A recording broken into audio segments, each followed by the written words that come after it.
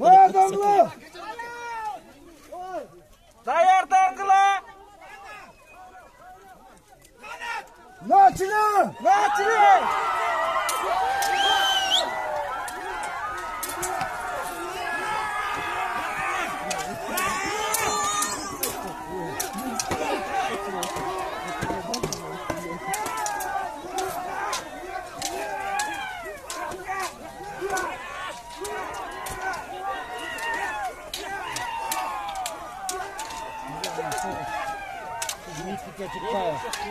Şarjağız. Güzelinden arışarız, neye yapıyoruz? Güzel çalışır.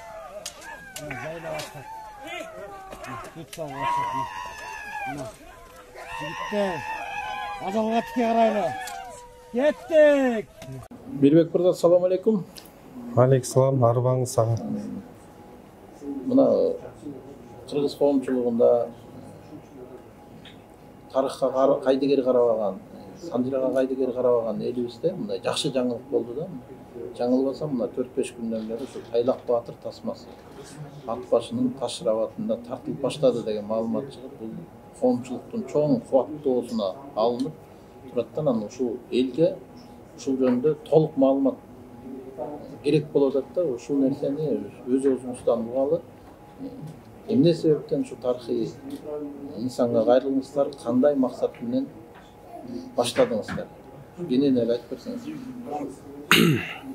Азыр биздин кыргыз негизи маданият өкүлдөрү, негизи маданият өнүкпөйүн, кыргыз эли өнүкпөйт. Биз өзүбүз илгертеден калгандай биздин маданияттуу элбиз биз.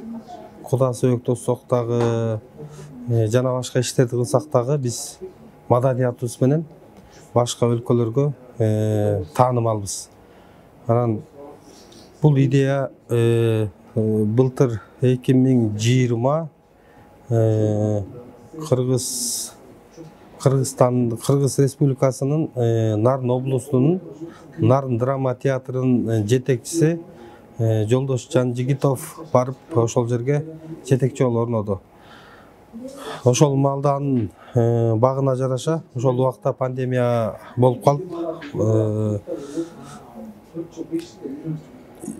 ошол иштер токтоп неме болуп калды. Анан биз негизи мурда эле неме болуп жүргөнбүз. Ушул ата-бабаларыбызды, Тайлак Баатыр агабызды, жана башка баатырларыбыз үчүн мындай бизден кийинки жаштар үчүн тарыхты бизден кийинкилер азыр биз кылбасак, эртең ким кылат?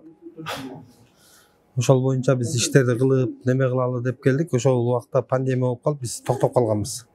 Анан могу жылдын жаңырышы менен Нарын драма театрынын жетекчиси Жолдош Жанжигит менен кеңешип, ал өзү мага сунуш кылды. Ушундай Тайлак атабызды, Тайлак Баатырды ошол убагында ошо Кыргызстандын улуттук лидери болгон деп сунуш кылды. Мен чекке каккан жокмун четке. Ошону сунушуна макул болуп, режиссердун сунушунда четке какпай макул болуп, ошол идеяга туш болуп, ошол иш-чараны уюштурууга мен макул болуп, болгон каражатты мен өз көтөрүп берем деп макулдугумду бердим. Негизи мындай ишти биз улантышыбыз керек. Биз улантпасак, эртеңки бизден кийинки өсүп келаткан жаштарыбыз Тайлак ким десе тааныбай калышы мүмкүн да. Ошол негизде биз азыр биздин мамлекетибизде көбүнчө эле чоң иштерде болобу, бүт эле место талашып калышты, маданиятты унутуп калышты. Ошол негизде биз кыргыз элин биримдикке чакырууда. Ошо Тайлак атабыз ошол убакта жетишпей калган ийгиликтерине биз көрсөтүп неме кылып атабыз да, акыр жагында. Бул боюнча да алдыда сүйлөшөбүз. Анан могу кино тартуу процесси жөнүндө айтып берсеңиз. Башкы ролдо Жолдошбек Жанжигитов өзү экен. Анан Актаңбай акын Азамат Болгонбаев да сүрөттөрдөн көрүп атабыз. Бул кинонун баягы тарых иликтөөчү Кайнарбек Бейлибаев сценарийин жазган. Сценарийин жазган. Анан Тайлак Баатырдын доору негизи 1820-жылдан баштап өлгөнгө чейин 1838 жылга чейин 3 этапка бөлүнөт да бул баягы негизги улуттук боштондукка байланыштуу. Ошолордун кайсыл жагын силер чагылдырып атасыңар? Биз ошо Тайлак атабыздын улуттук баатыр болгон да. Ошо Тайлак атабыздын ошол кездеги кыргыз элине кылган кызматы, ошол убакта Тайлак атабызга көп буттоосулар болгон да. Ошол негизде ушул убакка чейин Тайлак атабыз жөнүндө бир дагы тасма жок экен. Өзүм Нарын облустунун Актылар районунун тургуну болгондуктан мага ушундай иш түшкөндө макул деп баарын өзүм көтөрүп ушул жерде Тайлак атабыздын ролунда Жолдош Жан-Жигит, Нарын облустунун драма театрынын жетекчиси. Атантайдын ролунда Азамат Болгонбаев, Кыргыз Республикасынын эмгек сиңирген артисти. Негизинен биз азыркы маалда саясатта болобу, башка да болобу, азыр бирге албай атпайбызбы? Ошону биримдикке чакыруу иретинде ушу Тайлак атабыз убагында кыргыз элин бир жерге бириктириптир. Биз дагы ошо иретинде тасманы тартып, Кудай буйрса, тарыхый жерден тарттык. Таш Арабаттан, Кошой Коргондон. Ошол буйрса, Кудай буйрса, күндүн суугуна карабай кино тартып эле оңой эмес экен. Мен өзүм практик болгондуктан ошол жерге негизи акчаны берип коюп деле барбай эле койсом болмок. Бирок мен өзүм баргым келди, көргүм келди. Анткени маданияттар кандай жүрөт, маданияттын кызматкерлери кандай жүрөт, алардын иш алар кантип жаралат, аларга кандай ушундай идея келет, ошону көргүм келди да. Ошол себептен мен өзүм барып ошол Таш Арабаттын суугунда, ошол Нарын драма театрынын актерлору менен, актрисалары менен, алар суу ичсе суу ичип, чай ичсе чай ичип, ошолор менен чогуу жүрдүм. Ал жер абдан суук экен. Жанагы согуштук этаптарды чагылдыранга аракет кылдыңар да. Бүт. Массовка маселеси негизи кыргыз элинен айланса болот. Ошол жердеги ат башынын Кара Суу айыл өкмөтү, Казыбек айыл өкмөтү, Ат башы районунун администрациясы, ошол жердеги карапайым эл бардыгы жүрдү. Биз эмнеге жөн үйдө жатабыз? Ушундай биздин Тайлак атабыз, ушундай биздин улуттук баатырыбыз, биз алар үчүн силер мондай кылып келип атсаңыз, биз эмнеге үйдө жөн жатабыз деп алар кол кабыш кылып, кадимки эле карапайым бир үй бүлөдөн келип, чайын кайнатып келип берип, жана башка нерселер кылып берип, көңүлүбүздү көтөрдү. Тайлак Баатырдын тасма тартуу боюнча ели биле нерсе. Мисалы үчүн 1 мүнөттүк реклама тартсаң деле бул көп акча болуп кетиши мүмкүн. Анан силер кыска метраждуу кинону канча убакыт мөөнөтү бар? Канча мүнөт болот? Каражаты канча кетип атат? Ушуну ачык айта аласыз? Негизи могу касиеттүү биздин баатырларыбыз үчүн 5 мүнөт болобу, 10 мүнөт болобу, 7 мүнөт болобу, бул негизи чексиз экен. Айтыш кыйын экен. Булар биздин касиеттүү да баатырларчы. 15 мүнөт тартам.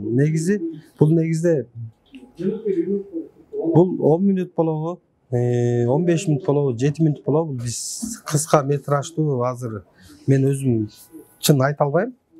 Бул боюнча теги режиссер менен неме кылыш керек.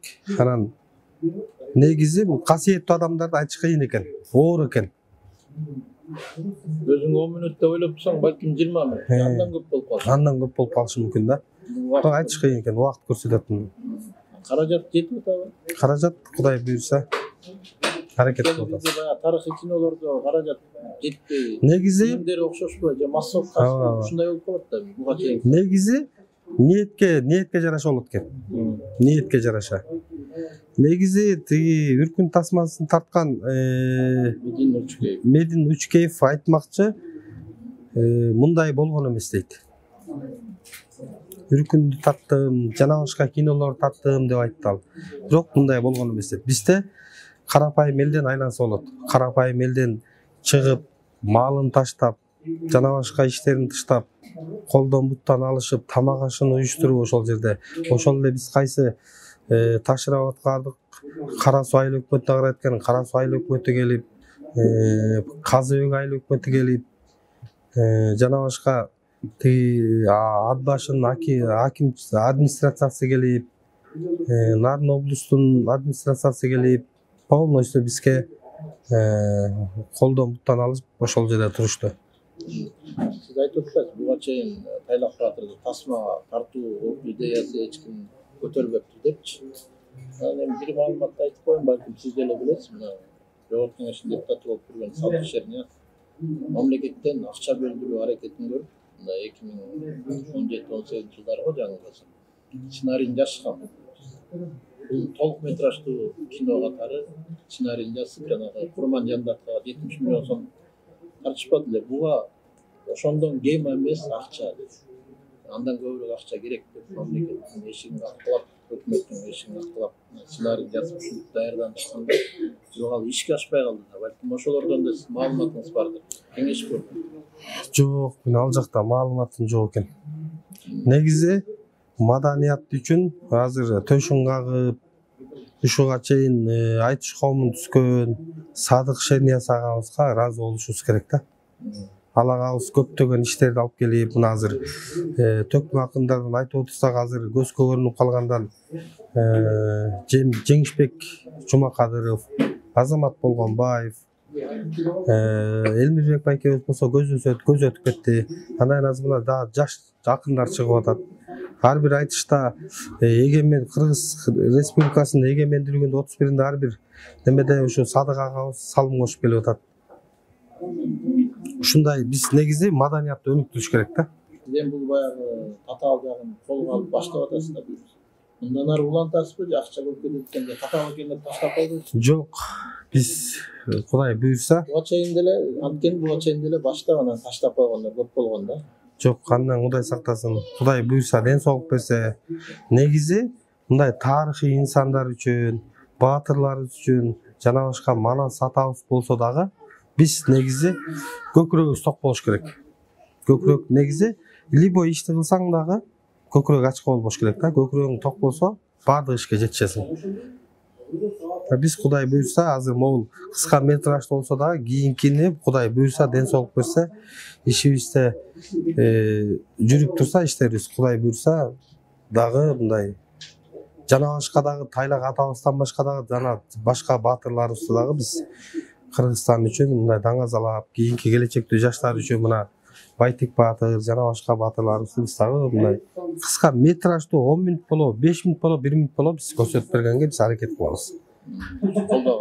Колдоо калабыз буюрса. Келечекте мүмкүнчүлүк болуп калса Тайлак Баатырды жана Курман Жандатка да толук метраждуу деле тартуу оюңуз да бар да. Бар, Кудай буйрса. Анан эми бул Тайлак Баатырдын урпактары бар. Сиз өзүңүз сакталагандасыз. Ошо урпактарынан дагы ушул маселе боюнча балким жардам берип, балким ушул урпактар жөнүндө маалымат бересиз. Азыркы убакта эми Тайлак Баатырдын урпактары эми Акталада кирген, Акталанын көчөнүн башынан кирсең бар эле. Мен негизи азыр урпактарын айтам дейм. Мен ачык эле айтайын, мен өзүм Акталадан болгондуктан мен Акталага шашылыш болуп калды. Бул режиссердун айтышы боюнча ар бир минутасы кайсы убакта тартылыш керек, кайсы минутада бүт минутасы чектелүү экен. Ошого байланыштуу мен Акталага кире албай калдым. Акталага балким кирсем урпактары чыгып, алар да кол кабыш кылып, алар да келип кичине жардам көрсөтмөк да. Убакытка байланыштуу мен да шашылып калдым. Режиссер айтты, кетти, эртең кетти, болду, могул убакта мону тартабыз, могул убакта монча репетиция, мынча убакыт мынча, могул убакта биз тартып калыш керек деген минутта чектелүү болуп калды. Ошого байланыштуу мен Акталага шашылыш түрдө бара албай калдым. Тайлак Баатырга чейин да, Тайлак Баатырга чейин Акталадан өзүңүз айтып атпайсызбы? Акталада туулдуңуз, өстүңүз, кичи мекениңиз. Анан Акталадан чыккандагы чоң биздин маданияттын кыргыз маданиятына чоң салым кошкон өкүлдөр бар да. Мисалы ошо Муса Баетовдон айталы, Шүкүрбек Бейшеналиевди айталы, Калый Молдобасановду айталы, андан кийинки мына Калмурат Рыскуловдорду айталы. Ушу Тайлак Баатырга чейин ушуларга даңазаланга бир салым коштуңузбу? Мен айтып өтөйүн, эми ар бир актала таланттардын мекени болгондуктан таланттарды ар бирин эстелип койсок көп болуп кетет экен. Анан мен ошону Актала районунун центрине 2020-жылы китеп, анан комуз кылып бюст койдук. Мындай неме кылыпчы. Ошонун ичине ошо китептин бетине ошо Акталадан чыккан Калый Молдобасанов, Нурак Абдрахманов жана башка таланттарды ошол китеп бетине түшүрдүк, таш бетине. Андан сырткары ага чейинки иштерибиз болсо, Калмурат Рыскуловду айтып өтпөдүңүзбү? Калмурат агабыз боюнча 2017-жылы ошо туулуп өскөн жерине маданиятка өзүнүн ысымы берилиптир. Ошол жерге биз өзүбүздүн демилгебиз менен өзүбүздүн маданият үйүнө Кайсы айыл? Актала районунун Жаңы Тилек айылына өзүбүздүн колдообуз менен ошо Калмурат агабыздын бюстун коюп бердик. Жеке өзүңүз таанышсыз да. Ооба. Калмурат көрүп калдыңыз да. Көрүп калдык. Калмурат байкебиздин кайрыктары, Калмурат байкебиздин ырлары. Эми андай кишилер аз жашайт экен да. Жанагы Тайлак боюнча мен ушу көкүрөгүмдө, жүрөгүмдө түйшөп өткөн бир чоң маселе бар да. Биздин борбор шаарды алабызбы, же райондун борборлорун алабызбы, же областтын борборлорун алабызбы, биздин жанагы биз айтып атпайбыз. Манасты айтып сыймактанабыз, Тайлакты айтабыз, башка баатырларды айтабыз. Улуттук деңгээлдеги баатырларды айтып сыймактанабыз. Бирок ошолордун атын даңазалоо бул китеп менен жеки кино тартуу менен чектелбейт да. Бир маданий жайларга, же парктарга, же көчөлөргө, же бир райондорго аты берилиш керек да. Туура. Анан биз борбор шаарды карасак, бул кийинки элита дейт, ошол 19-жылдын башында мамлекет түптөгөнгө чейин түптөп келген элиталар. Көбүнчө маданий өкүлдөрдүн аттары берилген да, бирок ушу кыргыз жерин, канын жанын аябай, ушу сырткы душмандардан коргоп калган ушу Тайлак үйүндүү баатырлардын ысымдары көчөлөргө, башкаларга берилген эмес да.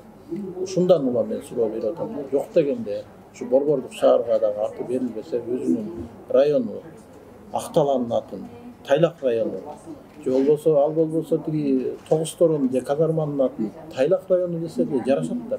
Анткени ошол жерлерде турган Тайлак. Тогустороодо дагы ошо укум тукумдар бар, урпактар, Акталада дагы бар. Бул нерсе буга чейин да чала чарпып көтөрүлүп айтылган, бирок мамлекеттик деңгээлде колдоо керек экен да. Сиздин оюңуз кандай бул? Негизи бул сурооңуз туура. Негизи Актала деп бизде ак чаптуу келет да. Ошол себептен баягы биз эми ал кезде биз мисалы төрөлгөндө Дөрбөлжүн болчу. Андан кийин биз баягы эсибизге келип, чоңоюп өсүп анткен Актала болуп эле калды. Негизи ушундай баатырлардын аттарын берилгенде мен кошулам да. Тайлак району, Байтик району жана башка баатырларды даңазалап койсок болмок негизи. Бул нерсеге бизде мисалы азыр биздин ошо маданияттын түшүшү ушундай болуп атпайбы? Маданият өнүкпөйүн, мамлекет өнүкпөйт негизи. Биз мисалы башка өлкөгө барганда, чет өлкөгө барабызбы, башка жерге барабызбы, биз ошол нерсени бул маданият деген сөздү биз ошол моментте мындай колдоно турчу сөз болуп калды да. Мисалы Европага барасыңбы, башка өлкөгө барасыңбы, бирдеме болсо биз маданияттыбыз деп башка жакка барганда маданият болуп калабыз да. Негизи бул нерсени азыртадан ушул биздин өлкөбүздө элементарный мисалы мусор ыргытып атсаң да ошону карап тияка ыргытып биз өзүбүз негизи маданияттуу болушубуз керек да. Бул эми улуттук идеологиянын пропагандасы да, жанагы баатырлардын атын даңазалоо жана аттарын, ысымдарын берүү боюнча кайсы нерсе. Бирок биз экономикабызга жараша мамлекетке ушул маселе менен кайрылсак, буга көп акча кетет. Себеби документтин баары алмаш керек, кагаздын баары, көчөнүн аттары жана башканы толтура, ушунун баарына көп акча кетет деп шылтоо айтып келат го көп эле нерсени. Жок, бул ушул өңүттөн алганда буга чейин мисалы үчүн чүйдөн чыккан баатырлар, таластан чыккан баатыр, кээ айрым баатырларды аттары берилген. Мисалы үчүн Сатыкей баатырдын аты Таласта бар.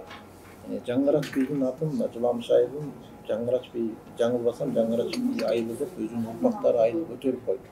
Ушул мен нерсеге келгенде каражат маселеси келгенде. Жанагы чыгымдарды жабууга салым кошконго силер даярсыңар да. Ооба. Мисалы мен оюмда, жеке оюм.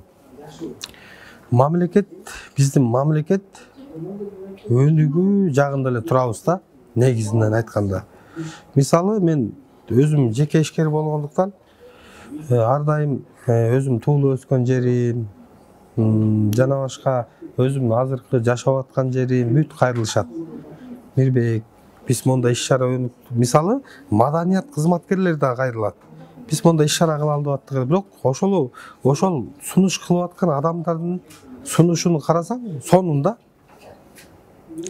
баары мынтип кайрылат. Мамлекетте мондай болуп атат, мамлекетте акча жок болуп атат, или райондук администрация болобу, айыл өкмөттөр болобу, жана башка мамлекет кызматкерлери болобу, маданият кызматкерлери бүт ушундай неме суроо менен кайрылышат да.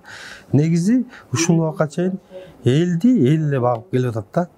Мисалы айтканда. Ушул нерсеге азыркы биздин жаңы отурган президентибиз мен оюм боюнча алдым жуттумдар менен иштебей, биз азыркы мамлекеттин өнүгүшү боюнча биз азыркы биздин президентибиз Садыр Нуркожоевичтен деле бийлик сурабайбыз биз.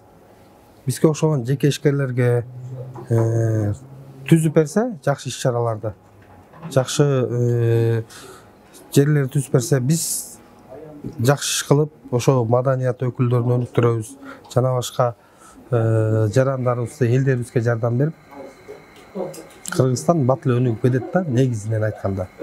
Биз мисалы өзүм туулуп өскөн райондо коеюн азыр, мисалы айтканда, мына жыл жыйынтыгын уюштуруп атат. Алар жыл жыйынтыгын уюштурбай койсо, айыл өкмөт болобу, жана башка мекеме жетекчилери болобу, айылдык студенттер болобу, жана башка тиги сотрудниктер болобу, аким иштебей атат. Эмнеге жыл жыйынтыгын бизге эмнеге эле ыраазычылык кат берип коюп эле бизге мындай кичине тыйын кошуп койсо болмок, 5000 сом кылып коет беле же 2000 сом кылып коет беле деген нерсе бар да. Ушундай нерсени мисалы ар дайым айылда өтөт, биз салым кошуп келебиз. Баягы адамда неме болот экен да, мисалы айыл өкмөт болобу, мугалим болобу, садиктин жетекчиси болобу, 2000 сом или 1000 сом берип койсоң, баягы эртеңки күн иштешине мотивация болот экен да. Кой, мен эртең дагы иштейин да, биринчиге чыгайын, бир 10 000 сом акча алайын. Эртең жыл жыйынтыгында кичине мол акчаны алайын. Мен жакшы иштейин деген нерсе болот экен. Элементарный нерсе да. Сөзүбүздү жыйынтыктасак, ушул жана мен айткан маселе жана район борборуна же районго эки районду альтернатива кылып атпайсызбы? Ошол нерсенин башатында туруп, ушул каржы жагынан колдон келишинче жардам берүүгө сиз даяр экенсиз да, дагы бир жолу бышыктап. Ооба. Муну эми азыркы келечек, азыркы бизден мурунку агалар аткарбаса, кийинки урпактарыбыз аткарат деп айтыштыйын. Себеби алар такыр заман талабына жараша такыр башкача өсүп барат. Ошол сиз айтып атпайсызбы, азыркы жаштар биздин талабыбызга башка, ошол жаштарды ошол биздин нутка салыш керек да. Мисалы жаштар бизден жаштар мисалы азыр сразу эле барып эле же чоң жумушка отуруп калыш керек, же депутат болуп калыш керек да. Же байып кетиш керек. Кандайдыр бир жол менен. Кандайдыр жол менен. Ошол нерсени биз токтотуш керек да.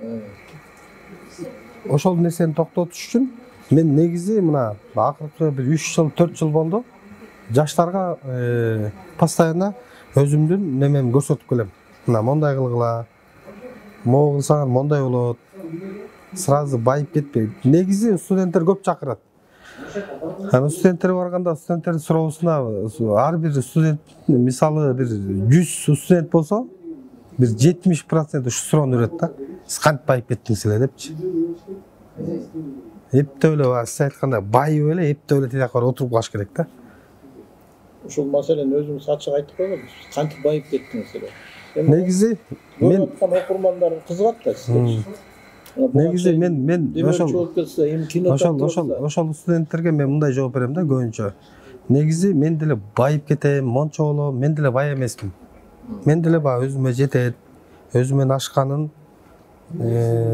мисалы маданият жака, бул студенттерге, бул үй бүлөмө, бул айылыма деп бөлөм иш чарагачы. Анан негизи адам байыш үчүн көкүрөк таза болуш керек. биринчи. Кыргызда макал бар эмеспи? Жоктун арты жок болот деген. Жок дебеш керек. Көкүрөк таза болуш керек. Адам менен адам болушуң керек. Ошол негизде анан акырын өзүң күндөр өтөрөт да. Ошол негизде анан өзүң күндөр өткөн сайын акчаңды эсептеп, тигини кылып, муну кылып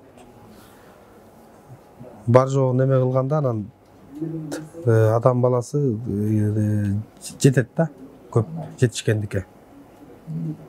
Көкүрөк таза болуш керек. Мен дагы бир нерсени кошумча кылып бергим келип атат. Биз Санжыра тарых жөнүндө сүйлөшүп атпайбызбы? Анан жана айттык, тайлакты билбей баратат, андан башканы билбей баратат депчи, кийинки жаштарга ошолорго жол көрсөтүш керек. Эми биз ошол нерсенин башында ошого салым кошуп келаткан инсан катары айтсак, сизден сурасак, балким удобно болор, балким ыңгайсыз болор. Жети атаңызды айтып бериңиз. Мындай суроо болушу мүмкүн. Өзү тарыхый инсанга кол салып киного тартып атат, өзү тарыхтан, Санжырадан жети атасын тегин билеби деген суроо. Азыр көчөдөн көп эле кишини жаштарды кармаса көбү билбейт. 3 атасын же 4 атасын айтып токтоп калышат. Эми жети атабыз боюнча айтсак, балким 20 атабыз айтабыз биз. Өзүм атам Кубанычбек, андан кийин Жусуп, андан кийин Райым, андан кийин Ормон, Нурдин Молдо, андан кийин Коман,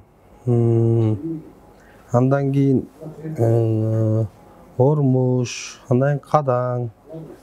Биз өзүбүз ошо жети атабыз ушундай да биздики. Саяктардын ичинен түбү барып, Биз саяктардан Кадаң урусу деп Акталага барсаңар, Актала районуна барып Кадаң урусу десеңер, Кадаң урусунун бар жогу билет да.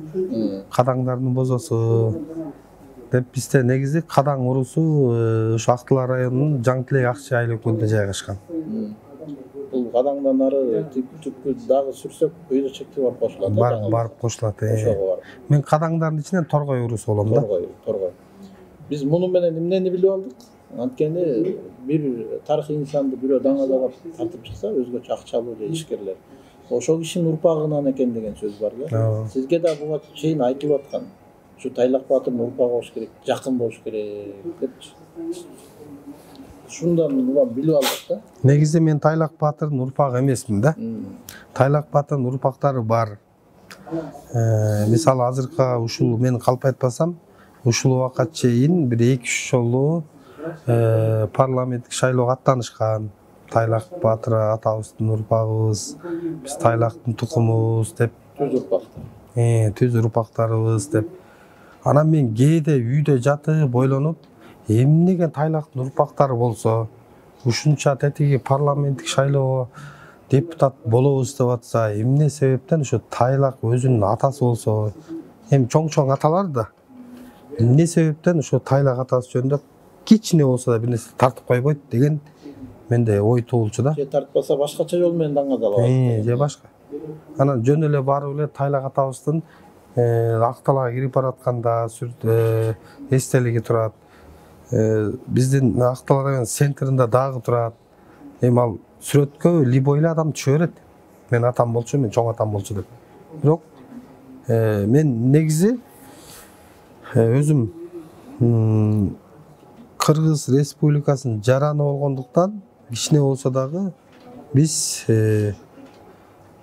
кичине болсо дагы баатырларыбыз үчүн жана башка инсандар үчүн ошолордун эмгектерин баалап коюшубуз керек да.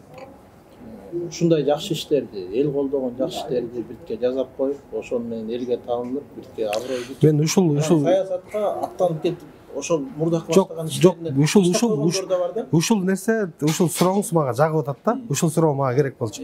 Балким сиз күзүндө шайлоого аттан. Жок, мен ар бир кишинин, мисалы ар бир кишинин өзүнүн миссиясы бар.